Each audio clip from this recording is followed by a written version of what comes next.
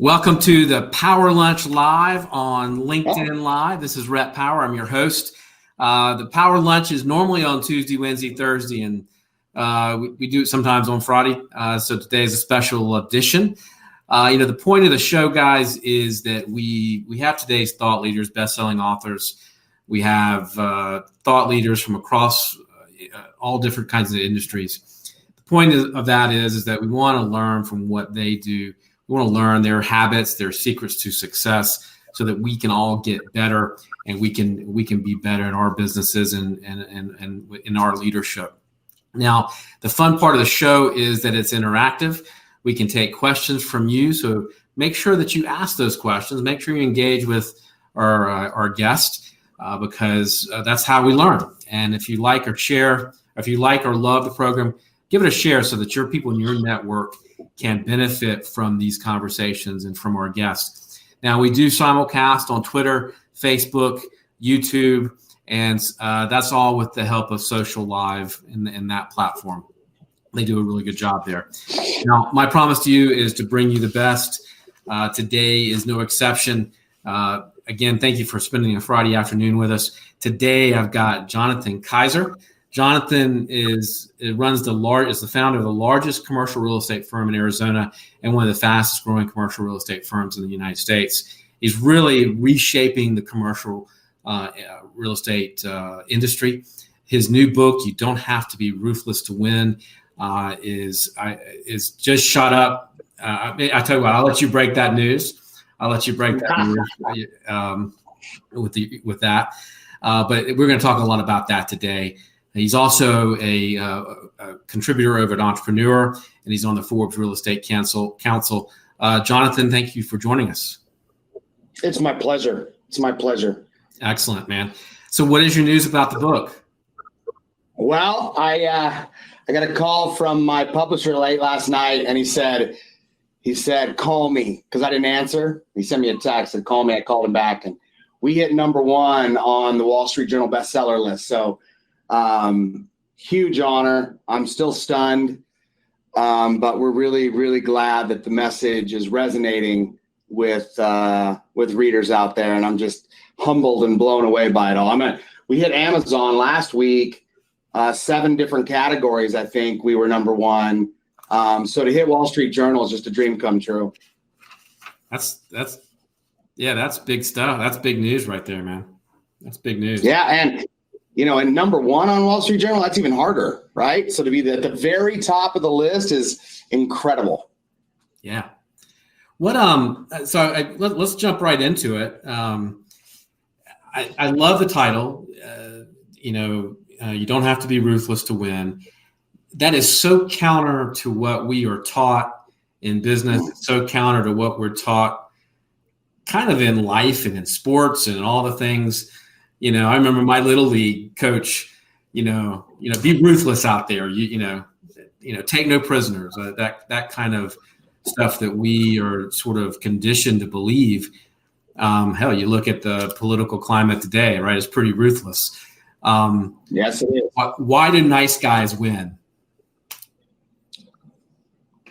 I think we all know that there's a lot of ruthlessness out there. And that's kind of the point of my book, is sharing my experience. When I was raised, Rhett, I was raised to help people. That's what my parents taught me. They taught me to love and serve and give and put others first. The problem is they were poor. I didn't want to be poor. So I got into commercial real estate to get rich. And I rejected so I get in and I look around and it's like, wow, okay, if this is what it takes, I'm going to be successful doing this. So I became ruthless. Problem is I was miserable. I was misaligned with my core values. And, but I felt trapped, right? I didn't see a better way. I thought this is what it took to be successful and didn't want to be poor. So fast forward, I go to an event, an industry conference, and this guy gets up and he starts describing a different way of success by helping other people.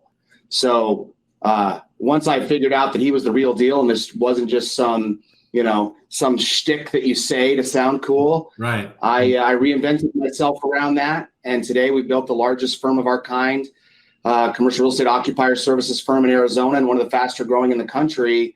And the whole point of my book, You Don't Have to Be Ruthless to Win, which you can see right here, the whole point of that book is to prove to others that it's actually possible, that even in an industry as ruthless, as cutthroat, as take no prisoners as commercial real estate brokerage, you could actually create extraordinary success for yourself, for your organization, and for your clients by just helping others. And that's the message. And it's not, sure, I'm in commercial real estate and I want other commercial real estate brokers to read it, but it's really for any business leader who says, I'm sick of the ruthless nature of my industry, of my company. How do I affect change? And most importantly, how do I connect service, helping others, with success? And that's what I teach within the book. How do you instill that that culture, right? So, I mean, I know you have to, in order for your staff to believe it, they've got to see you living those values and living that core principle, right? Your customers have to see it in what you do. But how do you start that? If I'm a Rhett and I've got a small, medium-sized business in South Carolina, and I'm trying to, I know I've got to change. I know I want to do things different. Right. You've come to that nexus in your life, right? Where you just say, I've got to make a change. Right. So the people out there at that point in their lives saying, I've got to change. Like, how do you start? Because to me, it seems like it's just a sort of a monumental task. It is. So that's a very loaded question. Yeah. And there's so much. That's what the book is written for. But let me try to summarize at a high level. Number one, it has to be authentic. One of the things that I think most people fail is they try to pretend to care about other people. But what they're really doing is just looking to try to manipulate them. And the reason I know that so well is that's how I started. I thought that I got human psychology figured out. If I just help this person, then they're going to help me back and I win. I wasn't doing it to help people. I was doing it to win. So that's kind of the first part. Second part is, you have to live it, right? So when you talk about within an organization, how do you create a culture of service? You as the leader actually have to be selfless. The things that you teach your people, you actually have to live. I call it extreme accountability. And so if you're really gonna stand for this stuff, it can't be toe in the water. It can't be halfway through the door. This has to be all the way through, door slammed, burn the ships behind you, and you have to actually be willing to put others first, to care about them, to stop keeping track. And people always ask me all the time, they say, okay, well, I'm not in commercial real estate, John, so how do I do this? It's really simple, right? The fact that I'm doing it in commercial real estate should simply say, oh my gosh, if that guy can do it in commercial real estate, I can certainly do it in my industry. But the idea is real straightforward. It's, you don't have to change your whole routine. You don't have to go, do a sabbatical. You don't have to, all you need to do is take the people you're already going to be interacting with anyways. And in those interactions, spend all your energy trying to figure out how you can serve, help, give, ask probing questions. Rule number one, don't talk about yourself. Talk about them, get to know them, understand their needs, ask great questions.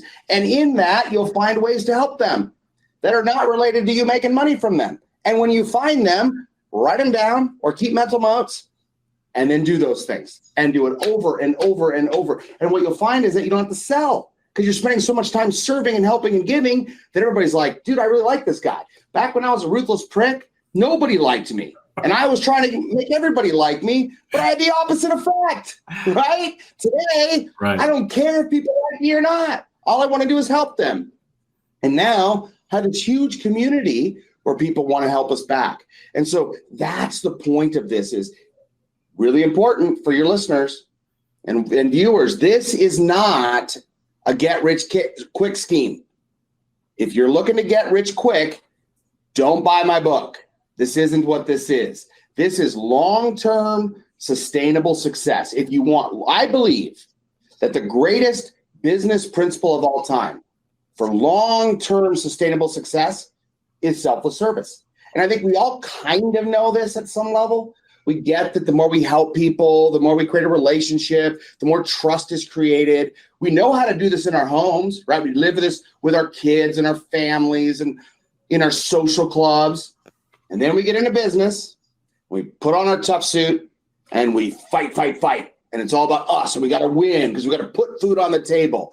And I just believe differently. Like, I just believe that all that behavior actually is not very self-serving. I think that the most self-serving thing you could do as an individual is try to outserve others, is try to help as many people as possible. And that philosophy has been around since the beginning of time. So if we all kind of inherently know this, it's in our vernacular, we live it in our personal lives, what the hell is wrong with us? Why aren't we doing this where it matters the most, in business? Where we are out in the middle of the world interacting with people. Not that it doesn't matter in your home, it does, but that's easy, right? That's like, of course you're going to love your kids. Right. It's like, what about when you're dealing with other humans that aren't related to you, that you have to go home to every night? What if you could bring that same connectivity, that same love, that same service?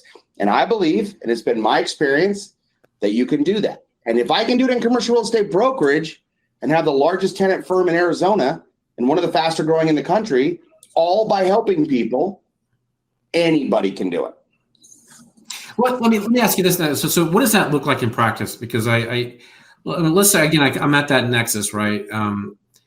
And I'm a great dad. I'm a great whatever. I do all the stuff in the community that I'm supposed to do. When like you said, you put that armor on when you go to work, right? When you go to the office. How do you make that personal shift? How do you take that armor off and go in the door and say, guys, we're gonna change? Like, I'm just really curious how people do it. I get it. I get that that's what you have to do. How did you make that transition? Yeah, it's a great question. Again, I write about this transformation in detail in my book because I want people to be able to see that it's possible and that I'm real, that I'm not making all this up. So I want people to see that and see through my trials and errors in the book. But the simplest way I can answer that is that, number one, Rhett, you have to want to. Mm-hmm. So you have to really want to do it, because it takes a long time to reinvent yourself. And if you're just wanting to do it as the next hot thing, you read my book and you say, I'm going to try this for a full week. That's not going to get you there. So that's kind of the first part. Second part is, I describe in my book what I call 3 levels of reinvention. It's reinvention from the inside out. Starts with yourself. So you can't start without reinventing yourself. So how do you do that? Well, first, you have to see it. You have to see that it's actually something that's possible. So that's what I'm trying to do with my book, show that it's possible. Number 2, you have to have a plan. You have to have a strategy. I lay all that out so you can actually meticulously and methodically do it. 3, you have to be willing to be different. You have to be willing to have people think you're crazy. I still have a lot of people that think I'm crazy because I'm in an industry not known for words like love and service and all those things. And here I am walking around hugging people and loving on people. That's you have to be willing to be different, to not be in the club, so to speak.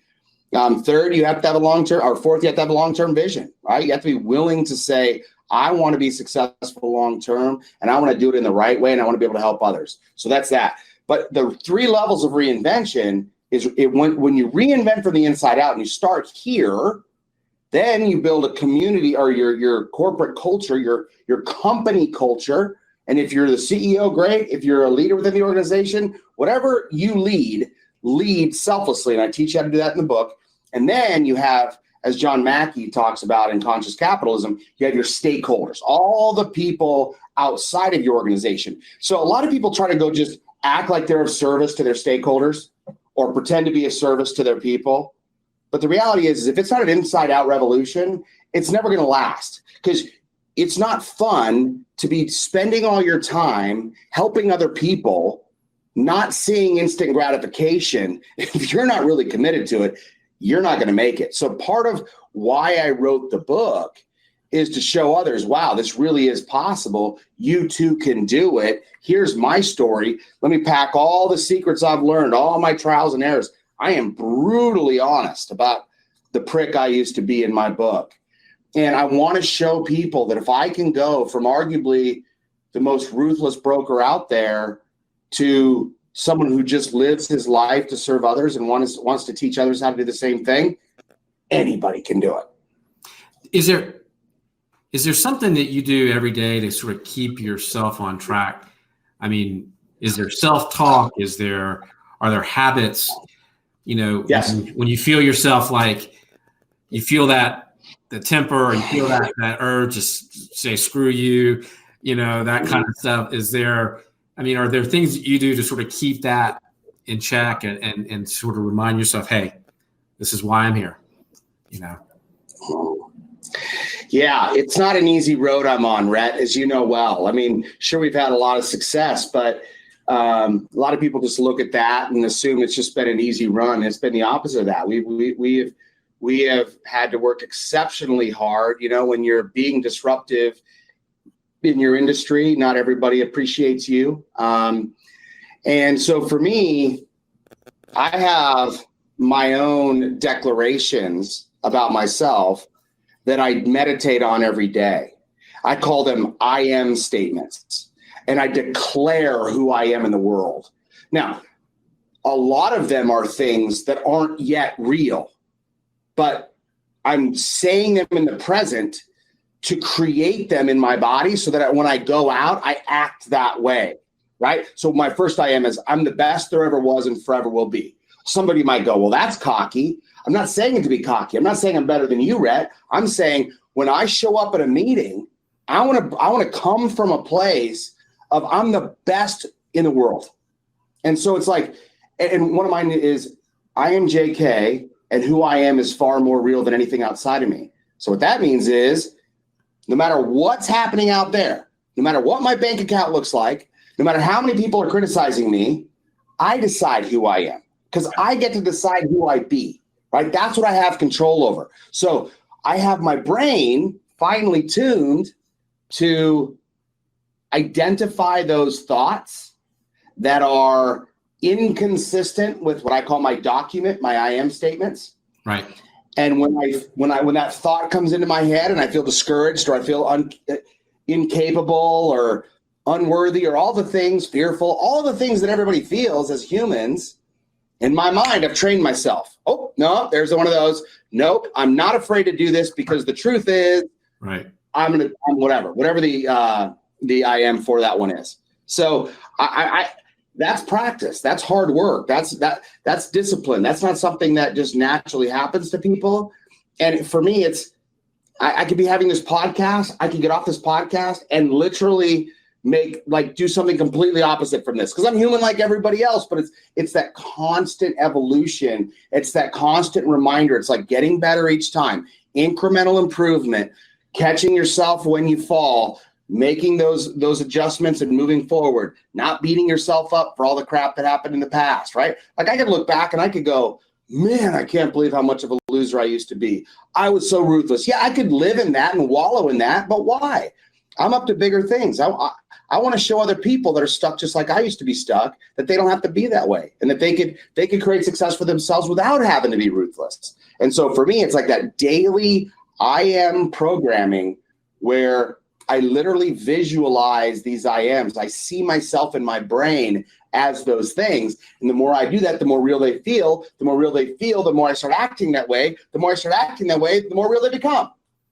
Yeah, it's just sort of I get it. I mean, it helps you stay focused.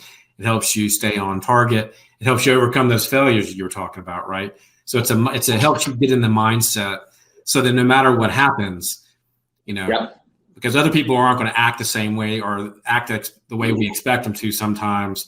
Sometimes they're not going to be nice, and we have to manage how we react, right? Because that's what we can control. Yeah. Yeah. And we're all going to make mistakes, right? And so this whole idea of chasing perfection, I don't want to be perfect. What an impossible standard that is. Right. I make mistakes. Sometimes somebody cuts me off on the road and I flip them off. And then I go, oh my gosh, I can't believe I just did that. That was so ridiculous. But it's like, we're all human. So if we just gave ourselves a little bit of slack and said, okay, we know we're incrementally trying to improve. We're trying to get better. We're trying to become more evolved humans, more enlightened people. Right? That's a daily practice, right? And if you're not taking time daily to be with yourself, to meditate, to create who you want to be in the world. I mean, one of the greatest books of all time is, I think it was written in the 50s, Think and Grow Rich by Napoleon Hill. And he describes that daily exercise, 20 to 30 minutes a day. Like if people just did that, they'd be amazed at how their lives change. But it's like, it's almost like too easy. It's like, oh gosh, I don't need to do that. But what they don't realize is that they're missing the opportunity to create who they are. The only reason why I'm able to sit here today and tell you with a straight face, sincerely, and believe it to my very core, that I'm going to change the commercial real estate industry, that I'm going to transform business through selfless service, and that I'm going to create $1 billion organization, is because I've been telling myself that for so long that it feels true already, even though we're not that yet. But it's like that allows us to live into that. That allows us to create it. Most people are too timid. They're too afraid. They're too insecure. They're not willing to think big enough.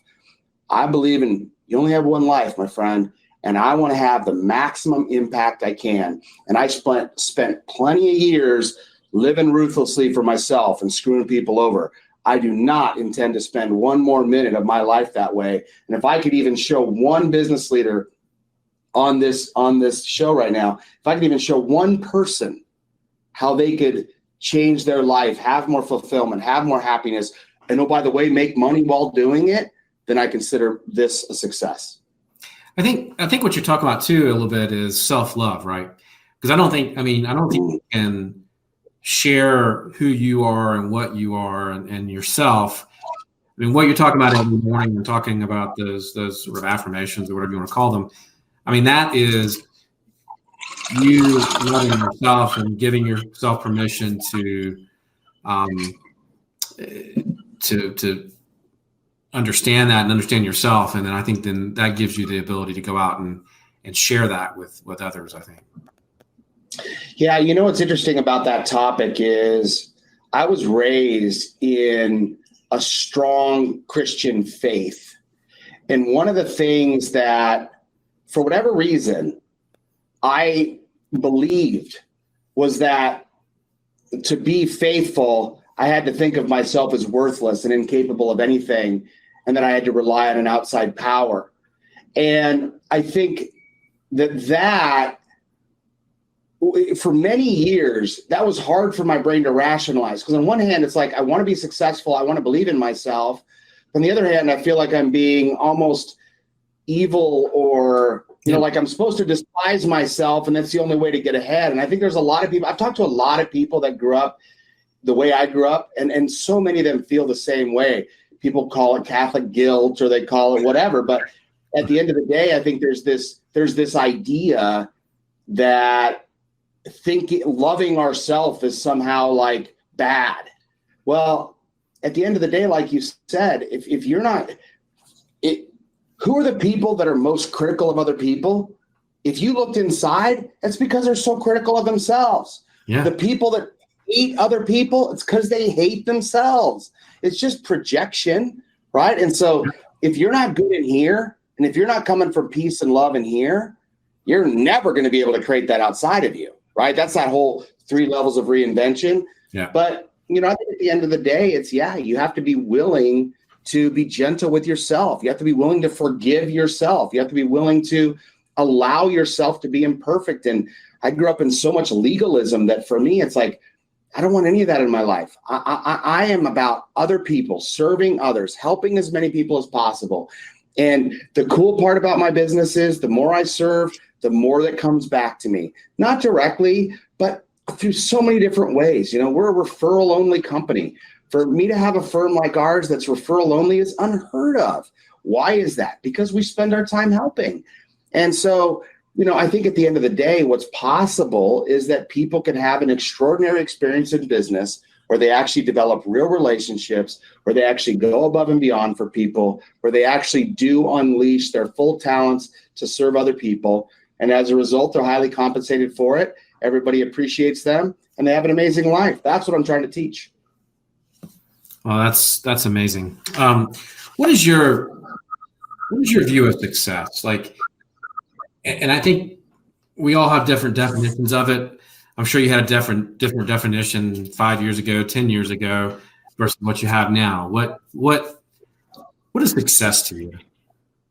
Yeah, for me, success before was not being poor, being rich, right? It was like, I need my own private jet. That'll be like what determines if I'm a stud. Today, do I care about money? Yes, I do. Is it important? Yes, it is. Do as a business, I have to hit financial metrics and make sure that we're fiscally responsible? Yes, of course. But for me, success today is impact. I want to change the world, Rhett. I believe that if more people read my book, hear about what we're doing, experience us, join us, whatever the case may be, and see for themselves that, wow, this guy, well, he's probably still a little bit crazy. This guy actually is onto something. And what if I could do this within my own industry, within my own business? Wow, is this even possible? That's the whole reason for the Kaiser Institute, right? We created the Kaiser Institute to train people, to teach them, not to say, hey, you should do the right thing. Well, no shit. Everybody knows that. It's not about like, hey, you should do this for morality's sake. If you don't already know that, we got a problem, right? I'm talking about doing things because I believe that selfless service is the greatest business principle of all time. I believe that helping other people selflessly is actually the most self-centered way to act. If you really want a life that's amazing, if you really want your cake and eat it too, stop focusing on yourself, love and serve others, and have the long perspective. Take the long approach, be strategic, but make all your energy be in helping other people, and you'll be blown away about how much of that comes back your way. You can't outserve the universe. You cannot outgive other people. The more you give, the more you develop. Like, look at my story. Here I go from being someone that people disliked, feared, hated, whatever, trampling everybody everywhere I went, to somebody that people say nice things about, that people actually want to come meet me. Like it's the craziest thing. And all I did was go from thinking about me to thinking about everybody else. And it's a little bit of a skill, right? You got to learn it. It's a muscle that you have to learn how to do, but we all already know how to do it. So just use that natural instinct on how you can help and serve people. Treat everybody like they're your kid, or pick your favorite person in your world. For me, it's my wife. Pick your wife and say, if this were her, or if this were he, or if this was my kid, or if this was my grandma, and I didn't know them, but I loved them, and I was sitting down with them, what would that conversation be like? Imagine if sales conversations were like two good friends getting together with both sides trying to love and serve the other person. I mean, number one, meetings would no longer be crappy. Number two, you'd actually connect with people and you'd have amazing conversations. And number three, you develop this amazing bond and trust very, very quickly. The Stephen Covey speed of trust. So it's all practical. It's all rational. It's like what I'm trying to say is, look, for those of you who want to be rich, help other people, serve others, go above and beyond. It's not that complicated. It's just you can't think about it in the instant, me, right now, because if you just think about that, one, it's inauthentic. Nobody's going to believe that you really care about them if you're like, hey, remember that thing I did for you last week? How come you haven't helped me back? It's like, well, obviously your intentions were not to help them. Your intentions were to do this almost creepy barter where they didn't even know they were bartering. You gave something that looked like a gift, and then in return, you're now expecting something, but you didn't pre-negotiate that. Right. It's like crazy what people do, but they don't really think about it. This is what they believe. They've been trained this way. The culture's this way. This is how they believe they have to act to be successful. They have a mortgage payment. They have a car payment, their kids' college fund. So people start getting so stressed out about money and about getting ahead that they forget all the things that really create relationships.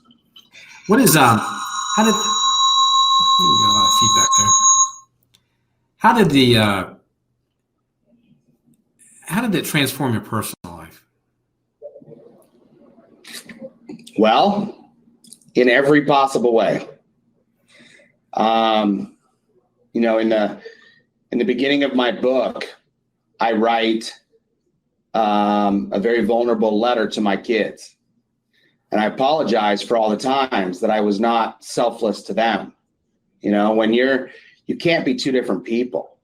As much as you might be acting at home, you still carry that self-serving ruthlessness. So, you know, for me, it was a journey. When I came home years ago and I said, I got my new I am statement, and she's like, what is it? And I said, I am pure selfless service. And she laughed, right? She said, that's the opposite of who you are. And I said, I know, but this is what I want to become. And so today it's enhanced every relationship in my life.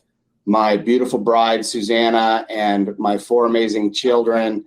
I love and serve them. I have deep, authentic relationships with so many people now that before used to be surface and, you know, built upon fake small talk and posture and all that stuff. And now like everywhere I go, I meet amazing new friends. I rekindle. I just did a podcast before jumping on with you with a guy that knew me in high school. And he goes, man, I remember you back then. I go, I know.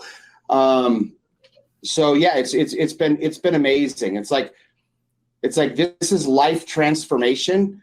But again, it's like I'm so tired of people talking about that stuff that don't live it, or where it sounds so squishy, you almost are like, that's just more of that nonsense. For me, my message is really clear. It's like the side benefit is your life is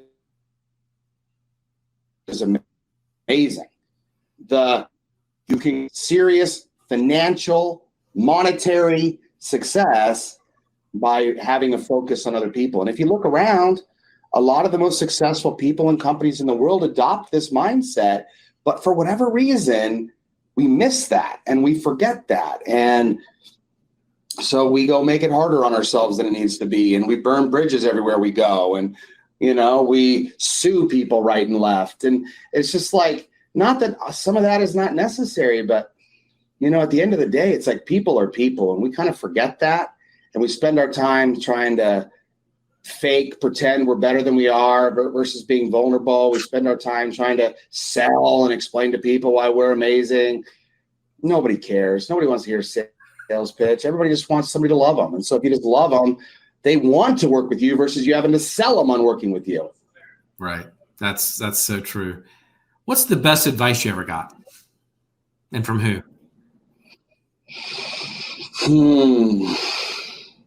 Well, so my cousin, I just got remarried, and it was extraordinary. That's a story for another time. I could tell you that one, but I want to hear it. What's that? I want to hear it, but go ahead. Yeah, it's got to be another time because that's a long one. But my cousin, when he was marrying me, because I wanted it to be really intimate and special, and he got up there and he said, what's one word that I would describe Jonathan as? And he thought about it, you know, all the way leading up into that. And he said, if there's one word, it's resilient. And I thought, wow, that's amazing. That I have been through so many tough times. I've had so many things that most people would quit from. I've had so many situations that seemed so daunting that I couldn't see through them on the other side. And so the best advice I've ever gotten was a poem that my mom taught to me as a young boy. And I actually have a recording of it somewhere of me as maybe an 8-year-old reciting this poem in my high, squeaky little 8-year-old voice. Right. And It was somebody said that it couldn't be done, but he with a chuckle replied that maybe it couldn't, but he would be one who wouldn't say so till he tried. So he buckled right in with a bit of a grin on his face. If he worried, he hit it, and he started to sing as he tackled the thing that couldn't be done, and he did it. So that's always been my mindset is, yeah, I get it. Everybody's going to tell you things can't be done. People still today. I mean, when I started this company, Rhett, we didn't even have an office. And I was telling people we were going to be $1 billion firm that completely transforms commercial real estate and business in general. And people were looking at me like I was a complete nut job. Now today with our success and a #1, Wall Street Journal bestseller and Amazon bestseller, and now we got the biggest company of our kind in Arizona. Now people still think I'm crazy, but they believe it a little bit more. And once we hit $1 billion, then they'll be like, oh wow, that really happened. So it's just this willingness to be bold, willingness to tackle things, willingness to do it in the middle of other people saying you can't. Most people never even start, right? Like look at you. You're an immensely successful guy. You had to take bold action to get there. It takes willingness to believe that you can do something that other people go, you'll never be good at that. I've been told I'll never be good at everything. Yep. And if I'd have believed that and lived into that instead of the I ams that I create for myself, they'd be right.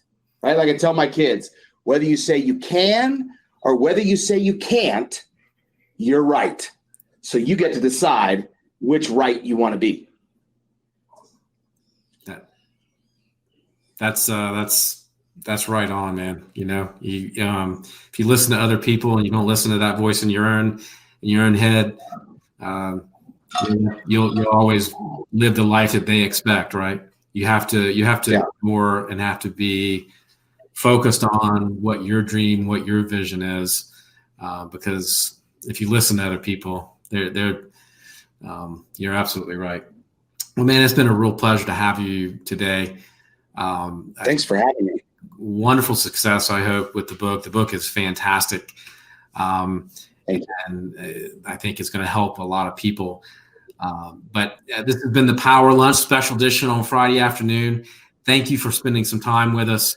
Thank you for spending your valuable time with us. It's why we do this show. Now, if you would like us to broadcast on LinkedIn Live from your event or your conference, we'd love to do it. Reach out to us via LinkedIn Messenger, and we'll see if we can set that up and make that happen.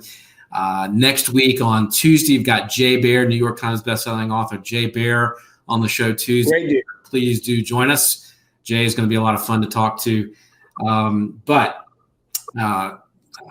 thank you so much, Jonathan, for the time, and have a great weekend.